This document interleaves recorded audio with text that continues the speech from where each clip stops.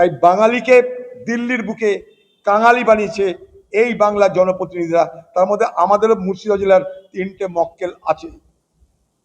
তারা গ্রামে ঢুকতে পারবে না বলে ভয়ে এসআর নিয়ে কথা বলছে।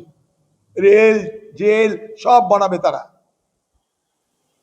আরে বল, মোদির পা ধরে বাঁচতে চাইছি আমরা। মুর্শিদাবাদের মুসলমান তাদেরকে বলছে ফি নারা জাহান্নামা খালেদিনে পিয়া। মার খাবে এরা এলাকায় গেলে, কেলানি খাবে এলাকায় গেলে। যে আজ বাংলার জনপ্রতিনিধিরা দিল্লিতে গিয়ে প্রমাণ করে দিল বাঙালি আজ কাঙালি হয়ে গেছে। বাঙালি আজ রাজনীতির কাঙালি হয়ে গেছে, ক্ষমতার কাঙালি হয়ে গেছে। এই জনপ্রতিনিধিদের দেখে আমার নিন্দা জানাতে ইচ্ছা করে। আমরা কাদের দেখছি? একদিন দিল্লির বুকে পশ্চিমবঙ্গের এমপিদের কিরকম সম্মান, তাদের প্রতি যে মর্যাদা প্রদর্শন করতেছে এখানকার মানুষ, আপনারা কল্পনা করতে পারবেন না। আজ বাংলার এমপিদের দিল্লির বুকে এই ধান্দাবাজ খরিদ ফরোস্ত কিয়ে যা রহে হ্যাঁ, তাদেরকে খরিদ করা যায়, বিক্রি করা যায়, সেই ভাবমূর্তি তৈরি করেছে। তাই বাঙালিকে দিল্লির বুকে কাঙালি বানিয়েছে এই বাংলার জনপ্রতিনিধিরা। তার মধ্যে আমাদেরও মুর্শিদাবাদ জেলার 3টে মক্কেল আছে। তারা গ্রামে ঢুকতে পারবে না বলে ভয়ে এসআর নিয়ে কথা বলছে। রেল জেল সব বানাবে তারা। আরে বল, মোদির পা ধরে বাঁচতে চাইছি আমরা। মুর্শিদাবাদের মুসলমান তাদেরকে বলছে ফি নারা জাহান্নামা খালেদিনে পিয়া। মার খাবে এরা এলাকায় গেলে, কেলানি খাবে এলাকায় গেলে। দেখুন, আমার একটাই কথা, গরিব মানুষ, গরিব মহিলা, তাদের কোনো পার্টি, কোনো জাত, কোনো ধর্ম, বর্ণ যেন বিবেচনার অধীনে না আসে। তাদেরকে যা কথা দিয়েছে ভোটের আগে সরকার, সেই প্রতিশ্রুতি পালন করুক, এটাই আমাদের দাবি। অন্নপূর্ণার ভাণ্ডারের টাকা যেন সবাই পায়।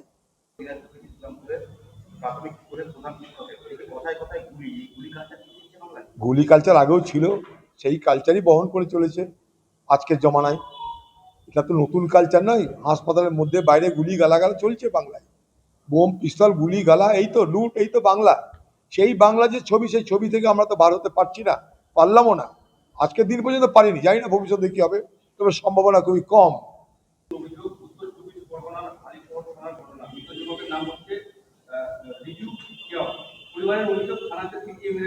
দেখুন, এইরকম ঘটনা শুধু 24 পরগনাতে নয়, আমাদের জেলাতেও ঘটেছে, এই কাঁদিতে ঘটেছে। আমি এটাও জাতীয় কমিশনকে জানানোর চেষ্টা করছি। হ্যাঁ, হবেই তো। থানার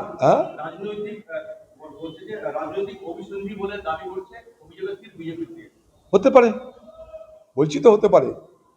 কারণ আজকে যারা শাসন ক্ষমতায় এসছে তাদের বিরুদ্ধে অভিযোগ থাকাটা স্বাভাবিক।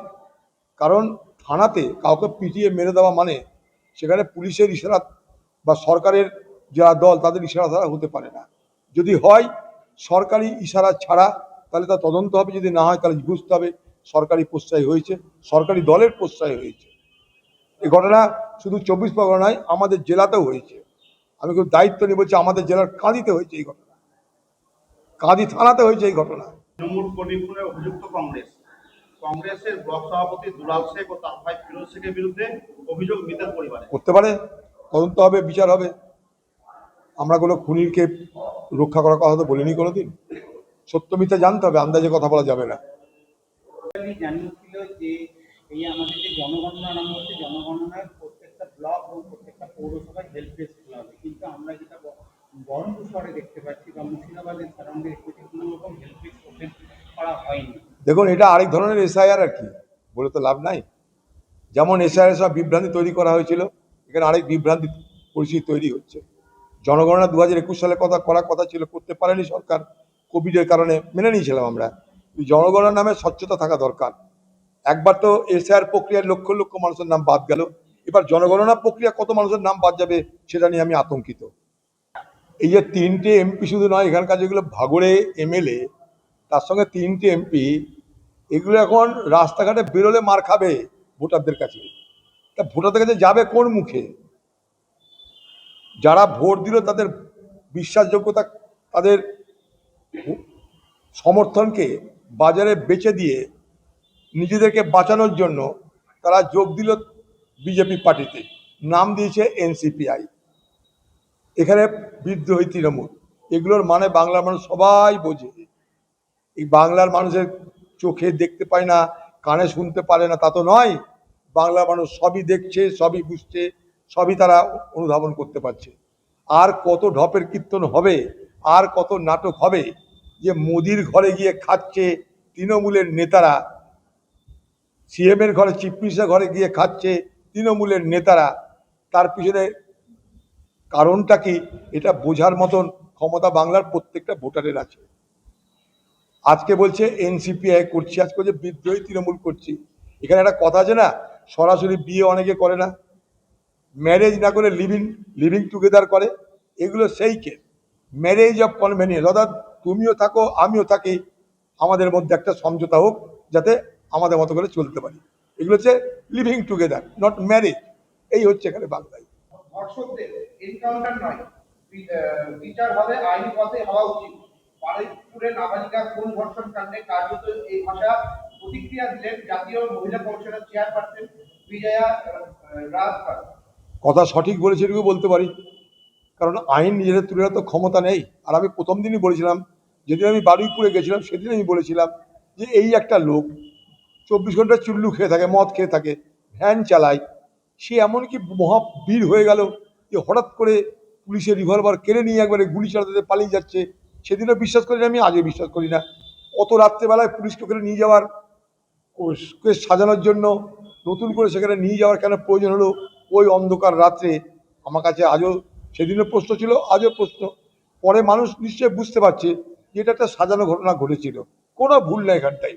আর তারপরেও কথা যে যদি আমরা নিজেরা শাস্তি দিতে আরম্ভ করে দিই, তাহলে কোর্ট রাখার তো কোনো মানে হয় না, তাহলে বিচার ব্যবস্থা রাখার কোনো মানে হয় না, আইন তৈরি করার কোনো মানে হয় না। তাই স্বাভাবিকভাবেই, এটা খুব স্বাভাবিক প্রশ্ন একটা গণতান্ত্রিক দেশে, যেখানে আইন মেনে চলা দেশ, একটা রুল অফ ল তো থাকবে। আমি আমার মতো করে গুলি চালিয়ে কাউকে হত্যা করে দিলাম, আমি বিচার করে দিলাম, এটা হতে পারে না।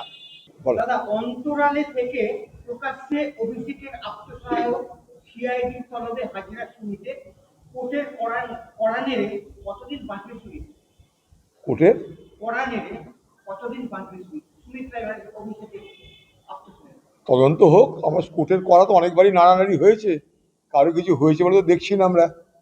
ওই এক পার্থ আর 2-4টে চোরটা জেল খেটেছে ছাড়া আর তো কারো কিছু দেখছি না। বাকি তো সব কে কোথায় বিভিন্ন দ্বীপে পালিয়ে টালিয়ে গেছে। তো তদন্তকারী সংস্থা যারা, তাদের উপরে সব কিছু নির্ভর করছে, সব কিছু নির্ভর করছে তদন্তকারী সংস্থার উপরে। কোর্ট, মহামান্য আদালত, সে মানুষ দেখে বিচার করে না, সে কাগজ দেখে, সাক্ষী দেখে, তথ্য দেখে, প্রমাণ দেখে বিচার করে। তা মহামান্য আদালতের কাছে যে ধরনের তথ্য প্রমাণ কাগজ জমা পড়বে তার উপরেই বিচার হবে। বাকি লাফালাফি হতে পারে, কিন্তু কাজের কাজ কিছু হবে বলে মনে করি না আমি। আজকে সিআইডি হাজিরা দিয়েছে। তো কী করা যাবে, হাজিরা দিয়ে দিয়েছে, বেরিয়ে আসবে একটু পরে আবার।